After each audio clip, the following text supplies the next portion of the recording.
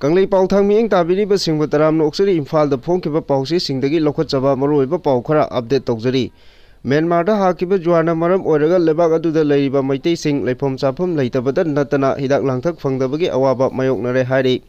Handak Myanmar da yamna chawna hakiba yua aduna maram oiraga lebak aduda leiriba maitei sing leifom chafam leitabada natana hidak langthak phangdabagi awaba mayoknare hari. Myanmar da leibi maitei nupi amana social media da thadorokpa video amada mahangna phongdokkibada Myanmar da thengnakiba yua habagi thodok aduda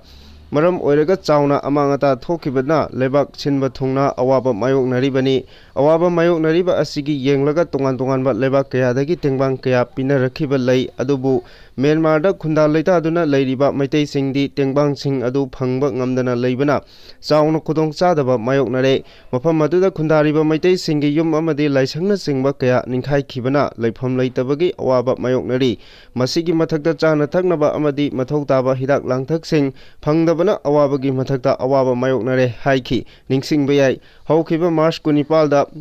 Myanmar da 7.7 magnitude yauna hakiba yuar aduna Myanmar amadi Thailand da chawna amangada thokibani thawdo aduda miyoi kaya laikhidabani amadi miyoi kaya aso apan nangkhibani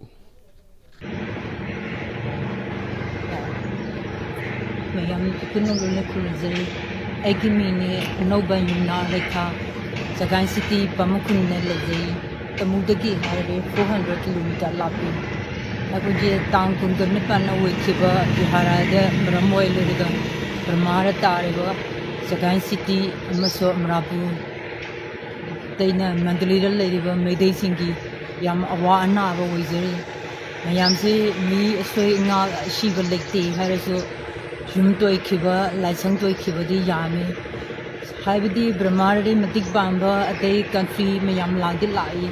Adugo Chulibina Pongami Sulay, Pongami Sulay. Makatarakpada Santi Puraknaba wari saba yaukiba amuko amadi Fox pu thadau NP Manipur na thagalagli. Ministry of Home Affairs na sinduna haukiba April 5 da Delhi da pangthokiba maitei amadi Kuki Phurup ani gi mihut kangbu sing charuk yaduna Manipur da Santi Puraknaba lambi semnaba Santi gi wari sanakiba adu thadau NP Manipur TIM na taramna OE mifam adu da All Manipur United Clubs Organization amuko amadi Federation of Civil Society Fox ki mihut sing yaukiba adubo thadau NP Manipur na thagatpa phongdorakli aduga wari sanaba adu da atopa maikeidana Zomi Council ZC Mari Input HIGSQ United Joe Organization UZO amadi Kuki Joe Council KZC na saruk yaki adobo mifam aduda maitei phurupki achoba loop ama oiriba Coordinating Committee on Manipur Integrity Kokomi gi mihut singsu yaukhidabadi TIM na nungaitaba phongdorakli thadau NP Manipur na hiramasi matangda press da thadorokpa chirol amana hai irang thokiba chahi lisingani kulumdoi gi me tarukta TIM na Santi Puraknaba amadi khana chainaba asi khudakta lepnaba kokomi ga pullaga thawrang tawrambane adubu Kuki gi akan aring sabasingna akanba wafam thamlakpadagi thawrang pumba kaiki state asida Santi Thugaiba Pamba Kuki Job Village Volunteer Singna Lucingba Coordinating Committee on Village Volunteer CCVB Eastern Zone Aduga Oida Pada Kharana Sinba Forum Federation Council of Manga Haiba Fek Thado Tribe Council GISQ TTCG ISQ Any Kuki Tribe Council Manipur Kuki Reformation Forum Lamhang Som MS Amadi World Kuki Jo Intellectual Council GISQ na Hawjiksu Kuki Phuruki mahut sinduna yetuna lairi hari Generation Makata na hai PR lairaba phawada Manipur gi National Highway singda free movement leihanba ngamdana lairiba asi yamna chawba wahang ama ori Kashmir da Shanti purukpa ngamkhiba Central lingakna Manipur da gari gi ngamloi haina TIM na hanglakli Manipur da 1940 gi matamda Insurgency ka mari lainaba thodo wathok kayana khunai asida irang thoktuna lakli thado phuruki miyoi singna irang asida sathina khudong thiba nanglakhibani adubu TIM na hawjiksu Manipur da tangdu leitaba hanjilaknaba honaba atai party singa punna chaminagani haibasi lengdraba wafamni haina TIM na phongdorakli Maka tarakpada Manipur chana Kangwon Constitution semle haina Thawai Mirel na phongdorali haukiba March 12 da pangthokiba Thawai Mirel na Manipur gi Advisory Board ki member sing amadi executive member singi oiba apunba mifam ama laukiba warip ki matung ina semkiba drafting committee gi member singi oiba apunba mifam ama laukiba warip ki matung ina semkiba drafting committee draft tawriba chana Kangwon Constitution ama March 13 da pangthokpa mifam amana kupna yengsilaba matung da lop asiki leifom thokpa chana Kangwon haibadi Constitution ama chanaba laitana yanakre yanaba laitana yanakre haina Thawai Mirel gi convener thongam dharana press ta thadorokpa chirol amana phondorali chirol sina makhata na hai haukiba March 12 da Thawai Mirel Manipurna Manipur Press Club ta pangthokiba press meet amada miyamda laukiba warol amagi matung ina Thawai Mirel Manipur gi hanagi thomi singi membership renewal Tobagi March 13 da oikiba loinana loop asina nongna yaugdaba thomi sing membership enrollment tobagi matam April 13 phawa sangdoknaba warep lauki hairi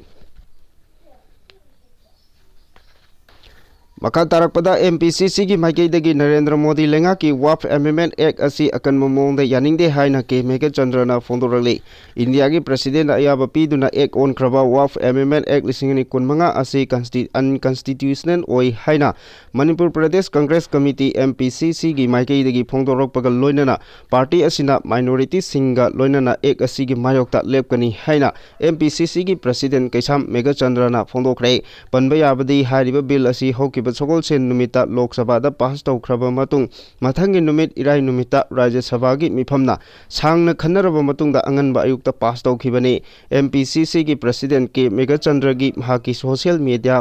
platform X account da thadorokpa ki matung inna MPCC gi maikaidagi Narendra Modi lenga gi Waqf Amendment Act asi akanba mongda yaningdaba phongdorakli loinana aihak amadi Congress Party na logi wangmada RSS amadi BJP gi Kanglup naiba agenda asigi mayokta laigani haina makata na phongdokhi Makatarakpada Noneda Braja Tasilakpada San Mari Sikre Sanbi Ahum Amadi Chanau Ama Yauna Ngarang Numidang Waram None District ki Rangkhung Part 1 Khulda Khanghodana Tasilakiba Brajana Sire Hairi Kara amana asok apan nangkre official oiber report amagi matung inna thodok adu ngarang numidang waram pung mari rom tarakpada khanghodana None district ki Rangkhung Part 1 khulda leiba sanggon amada punduna leiba sansingi mathakta braja tasilakpadagi sansing adu mafam adu maktada sikibaga loinana sanggon adu kupliba jinga amadi akanba nonglei nungsitna humdoki hari amaromda numit kharani asida None district ki oina akanba nonglei nungsit sitpa maramna nomagi punsida district asida chauna akaiba piri yomkai kaya nungsitna humdoki amadi agriculture plantation uwa kaya tektuna amang ada thonki hari Katarakpada Union Home Minister na Delhi da mitei amadi Kuki gi lusingba singa unahanduna wari sakiba laikhai tabangam khidre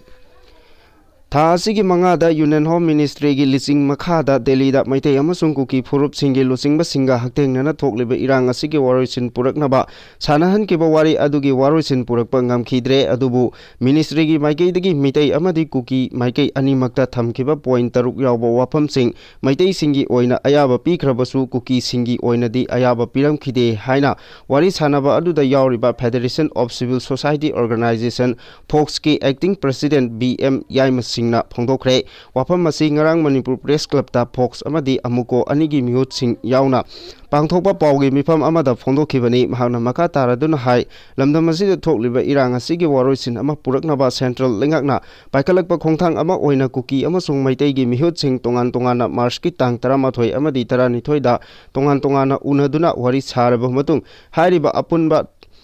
tripartite talk asi Central Lengaki proposal matung ina sanakibani adubu sakiba wari aduda ministry gi official singi maikaidagi nakal ani magda thamlakiba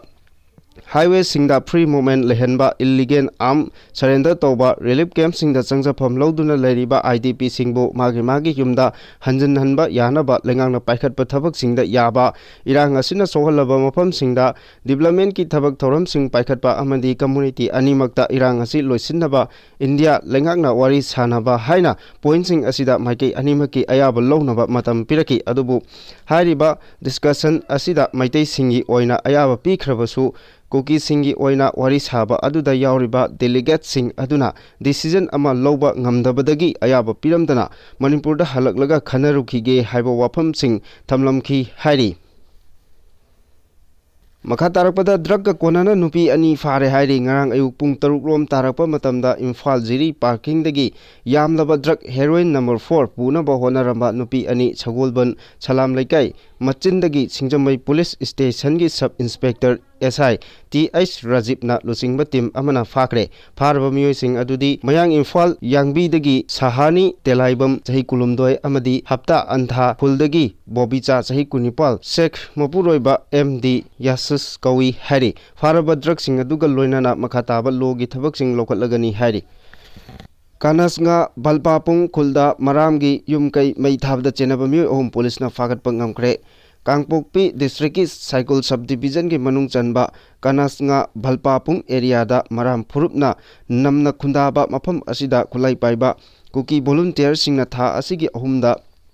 Yumkai Kaya Maithaduna Amangata Thon Kiba Thodoka Mari Lainana Manipur Police na thodok aduda chenaba mioi ahum phagat pangam khre hairi police na chenaba mioi ahum phagat pangam khiba asi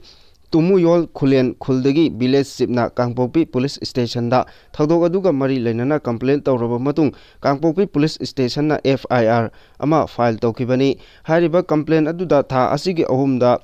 Khulai matik chana paiba masakang daba Kuki volunteer kuntra nimpu rom na Maram Purupna Kundaba Bolpapung Khulda Changlaktuna Yumkai Kaya Mai Thaduna Mahan Takhan Khi Hairi complaint asiga mari lainana Kangpokpi police na thijin homjin taw khibaga loinana thodok aduda chenaba mioi ahum adu ngarang phagatpa ngamkibani hairi Bakhatarpa update board na prescribe tawdaba mapalamgi lyric sing namduna tamhanbana maribak maramdam nungsibagi ithil adu hantahanbani haina MSF na fongdoragli Lenga ki mahiloisang singda board na prescribe tawdaba lyric sing tamlaga lanai mahiloi singdana mapandagi pusilakpa lyric singchu yauna tamhalliba asina lenga ki amadi lanai mahiloisang sing anigi marakta lyric tambagi mawong khenana uhalakpa asi Manipur Student Federation MSF na haksin na lawi haina MSF ki president Sundar Khumana fondokre ngarang kwa kaithel da laiba mahiroi lup asigi mayai loisangda pangthokiba pawgi mifam amada wafam asi fondokladuna Sundar Khumana makhata na fondokibada Mapalamdagi changlakpa lyric singda hena pungning changlakpana lamdam asi nongma nongmagi lekha tarakli loinana mahiroi singna malemgi athoi ahen tanabagi khongjelda mai pakna thengnaba ngamnaba ahenba mahigi loksing takpi tambinaba matangba chunaba mahiloisang sing kangon ama semduna lengak amadi lanai mahiloisang anigi marakta khenaba leitana common syllabus amagi khongthang lokhat pinaba amadi iramdamgi oiba saruk singchu yokhatnaba chakhat hingningbagi wakalonda MSF na hogiba April 3 da Imphal College da Manipur University yauna tongan ba school gi oja amadi mahiloisang gi punna mioi 350 romna saruk yaduna mahisang singda tamliba lyric singi matangda nongmagi oiba khana nainabagi thorom ama pangthoki hairi Churachandpur district ta hengalakliba nupi angangda chataba crime sing miyamna mipaiba pokhalle Churachandpur district asi hojik nupi angangda chathaba crime sing masing hengalakpa asina maram oraga district asida lairiba micham miyam amadi civil society organization singna crime sing asidagi ngakthoknaba alert thamkibaga loinana authority singi pokning singsilagli district asigi civil society organization singna thamkiba alarm asi tha asigi marida district asida laiba chahi 10 khakta ngairibi chahi nauribi nupi macha amabu ijat manghankiba amadi mamang tha loiramdaida district asigi relief camp ta laibi nupi macha amabu chingnaba mongda hatok lambagi thodok sing asina maram oiraga thambani hari ijat manghan bikraba nupi macha adugi district hospital da pukhatuna laikan nakhi aduga police na makatana thijinbadagi sathiraba crime aduda chenariba mioi adusu phaba ngamkhibaga loinana mahakki mathakta aingi oiba thabak sing lokhatpa haukhre adubu chenariba mioi adugi Maming Matha Churachandpur Police Station na haidoktana thamle April 3 da thokiba thodok aduna district asigi micham miyamda yamna mipaiba ama pohanbata natana March 3 ta chahi mapal ta ngairibi district asida hangliba relief camp amada leijabi nupi macha amabu chingnaningai oiba mawongda mahakna leiriba relief camp adugi manakmaktada masak khangdaba singna hatok piramlaga thamlamba asisu yamna laibak thiba thodok amani amadi mayunggi miyoisingna angang asigi misi asi gang rape tawraga hatpa oirumgani haina jingnaba wafamsing phongdokpa laikrabani thawdoksing asibo akanba mongda yaningdaba utuna Zomi Murders Association ZMA na mari leinaba authorities singda chenariba sing phaduna aingi oiba matik chaba chairak sing phangan gadabani natrabadi asigumba tamthiraba thawdoksing asi district asida masing hengalakpa yabagi oithokpa lei haina Churachandpur District Administration gi authority gi pieng chingsilakli Waqf Amendment Act support tawraba BJP minority morcha gi president ki yum miyamna mai thadokre Thobal District Administration na ngarang ayuktagi hauna Lilong Assembly Constituency pumbada BMSS ki section 163 gi makhada mioi manga dagi hena punba amadi sokhanba amadi siba yaba polamsing Assembly Constituency asigi manungda puduna chatpada athingba thamkhre District Administration Lilong Assembly gi manungda thamlakiba athingba asi ngarang Waqf Amendment Act ki mayokta khongjang changsilliba Lilong gi Muslim isin inaw singna BJP minority morcha president MD Azkir Alina mahaki Facebook page ta parliament ta pass tawkiba Waqf Amendment Act asi support tawi haina thagalubagi mayokta Muslim miyam aduna Azkir gi Lilong Sambrangkhong maning area da leiba mahaki yum adu tugai yakhaiduna mai thakibaga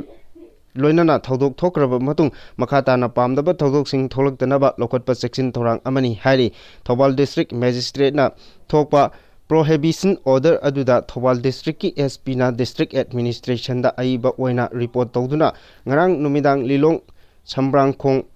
mamai area da Muslim mioi lising tare nipan romna makhuta nung amadi utuk watup paiduna MD Azkir Ali gi yumda thomjilaktuna mahaki yum mai thaki haina report toraki tungda MD Azkir Ali na mahakna social media Facebook da thagat kiba post adugi matangda lale haje kibaga loinana Waqf Amendment Act adu mahak support tawdre haina phongdokiba su laikre